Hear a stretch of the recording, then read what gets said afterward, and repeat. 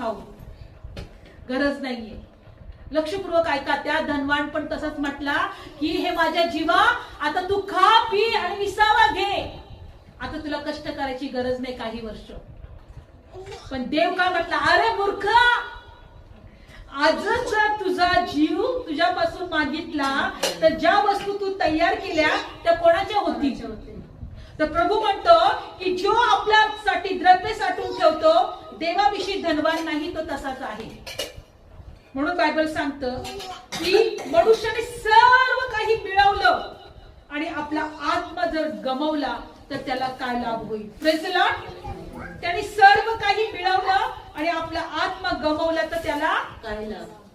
लक्षपूर्वक ऐका. आपल्याला देवाविषयी धनवान व्हायचं आहे. येस, आपल्याला देवाविषयी धनवान. वस्तूमध्ये जीवन नाही, देवाच्या आशीर्वादामध्ये जीवन आहे. आमेन, आमेन.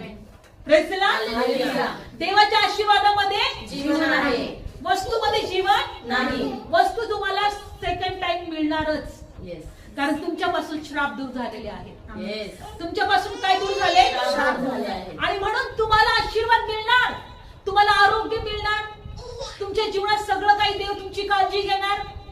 जसं स्तोत्र संहितेत दावीद म्हणतो की परमेश्वर माझा मेंढपाळ आहे, मला काही उणे पडणार नाही. तुम्हाला काही उणे पडणार नाही, कारण पहिल्यांदा त्याने देवाला प्रथम स्थान दिलं. बायबल सांगतं की तो काय म्हटलं, परमेश्वर तू जीवन निवडून घे. जीवन म्हणजे देव आहे. जीवन म्हणजे काय आहे, देव आहे. प्रभू म्हणतो जीवन निवडून घे. या पृथ्वीला आकाशाला मी तुझ्या विरुद्ध साक्षीला ठेवलेलं आहे आणि मरण आणि जीवन मी तुझ्या पुढे ठेवले. येस. तू काय निवडून घे, जीवन. जीवन निवडून घे. बघा परत आपण वाचूया अनुवाद 30 अध्याय मध्ये आणि 19 वचन. आज मी आकाश आणि पृथ्वी यांना तुझ्या विरुद्ध साक्ष करून ठेवतो की